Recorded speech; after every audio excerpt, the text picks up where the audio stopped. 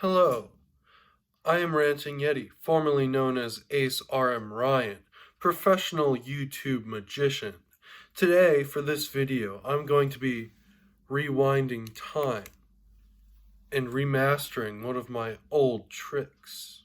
Alright, for this video, we are going to be remastering the trick Psychic Ups and Downs, a quite famous one on my channel. Now, the way that I suggest going about this is having various different sets of decks of cards for your person to choose from.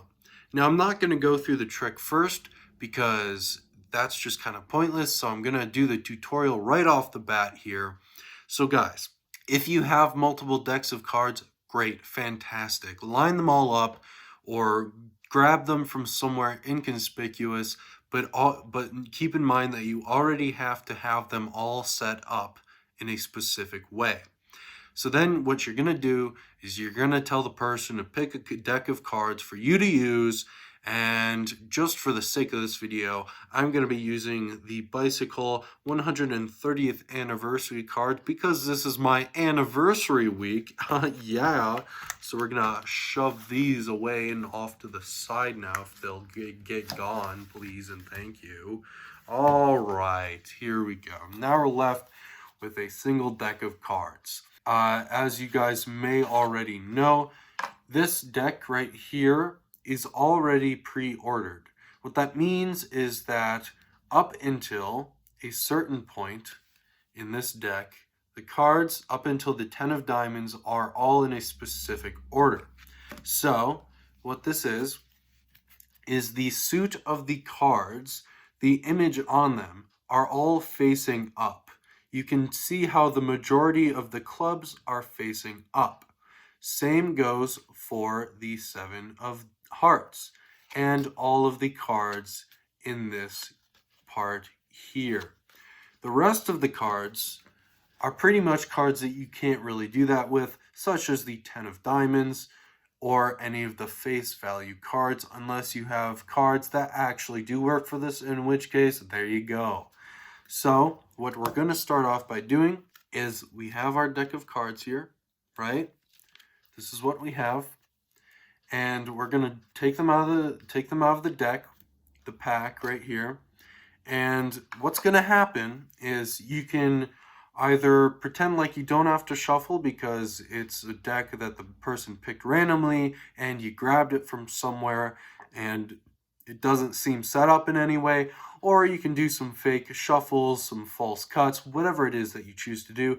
This is a false cut that I taught in another video of mine, which is basically, I'll do it out slowly. You pick up the top half like this, then you pick up the middle half, you throw this into the center, but then you quickly just kind of swap it out so that it looks like you cut the deck, but in reality, it's the same normal orientation through and through. But here is the trick. So all of these cards are facing up, and so what I'm going to do now is I'm going to say, okay, I'm just going to go ahead and pick a chunk of these cards because that's what I need in order to do this. So I'm just going to kind of go through. I'm just going to go through until I see that 10 of diamonds. There's that 10 of diamonds. I'll be like, I only need a third to a half of the deck, so we're only going to keep one half of this. So now, this is what we got. We got the setup portion of the cards. And as you can see, all of these are going to be facing up no matter where you take a look in this deck. That is very important. That is the most important part of this. That is why it is called Psychic Ups and Downs. So now what you're going to do is you're going to ask the person to pick a card. Now, let's say that they choose this card right here, which is the Ace of Clubs. What you're going to need to do is, if they are going to put the card back in like this, you will have to swap around the orientation of the deck and have them put it in so that it is facing a different direction from the rest of the cards. Another thing that you can do is just say, all right, just give me the card, I'll put it back in, and then you can just swap it around for them, whatever you want to do. But either way, as you can see here, these are facing up right now. And so what we want to do is we want to have it so that it is facing the opposite direction. These are facing up, this is facing down. So when they put it back in, you can tell which card is theirs. With that being said, what you can do, this is what I said previously in my other video before I did this. Also, idiot Dumbo me here, gonna cut into this video real quick to add something in. Once you have the portion of your cards that you're using, this is it, this is correct. Once you have the portion of the cards that you're using, and they have put their card back in the deck, say it's this one, they put it in, whatever, it doesn't matter. You're going to want to shuffle this. I didn't mention that. You're going to want to shuffle this, though. However, you have to make sure that in whichever way that you shuffle the cards, they continue to remain in the same position. So you can either, like I did back in the other video, I lied and said that I didn't know how to shuffle. I'm not a good shuffler. So you can just do like the classic, like, oh, I'm going to just kind of do this here. That works.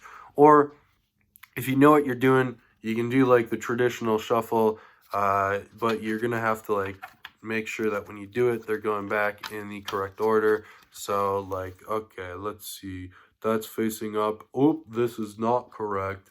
Let's see, will this be good? That'll be good. And then you can shuffle it. And so yeah. Back to the video. You can just kind of go through the cards and do like some, mind work, whatever it is. You can just be like, all right, so now I'm just going to go and divide the cards, be like, these ones feel like it could be it.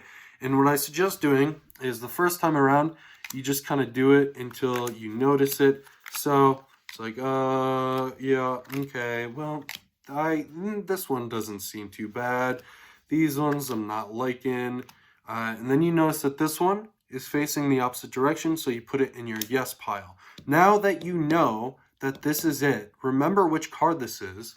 So when you divide the deck up more, you can kind of sort the cards so that they're more similar. So closer to the value of an ace or one, I would put down such as this. So then what that means is once you go through again, you can be like, okay, so it is an ace. Let's put down in the yes pile. We'll put this away because we no longer need that. Let's put down the cards that are close to the value of an ace. So it's like 5, not too much. Maybe, definitely not. That could be it. Wow, a lot of 3s here. I like those. And then put those away as well. At this point, you already know what their card is. You know that it is the ace of clubs, and you can choose to reveal it however you like. At this point, you would probably not show them what you're doing because it kind of keeps them in suspense to be if they'll actually be able to figure it out. So you can be like, oh, well, let's see. Is this your card? And then they're like, oh my God, wow, how did you do it? Now, here's the thing. I'll be honest with you guys. I'm an honest person. This is a trick not meant to fool the magicians out there, not meant to fool the people who know magic.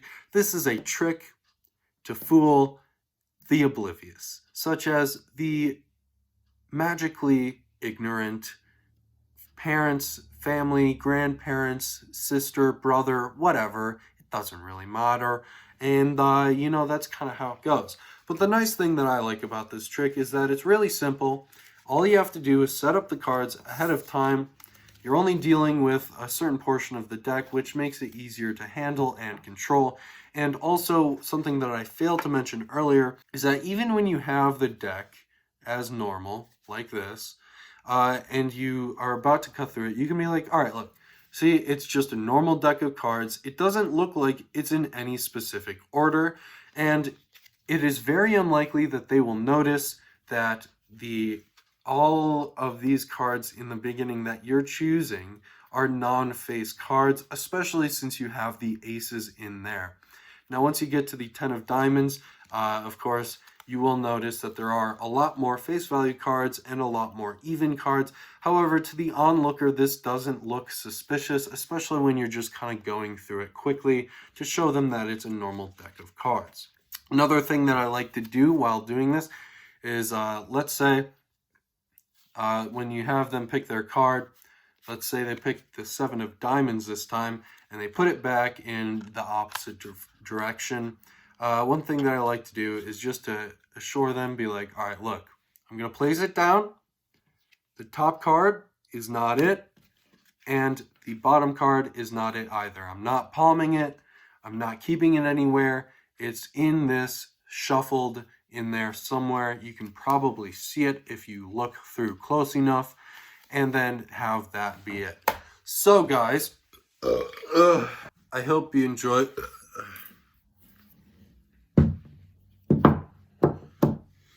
I hope you enjoyed this episode of Psychic Ups and Downs. Hi, how's it going? I'm on the floor. I hope you enjoyed this episode, this remaster edition of Psychic Ups and Downs. This has been Ranting Yeti, professional YouTube magician. I hope you enjoyed.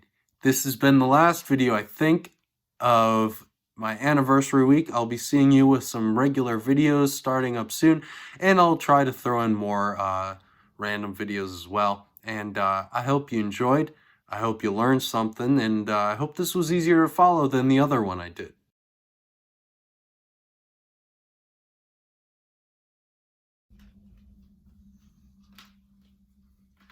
Hello, I'm Ranting Yeti, formerly known as Ace RM Ryan. And today, I'm going to be you, sexy you.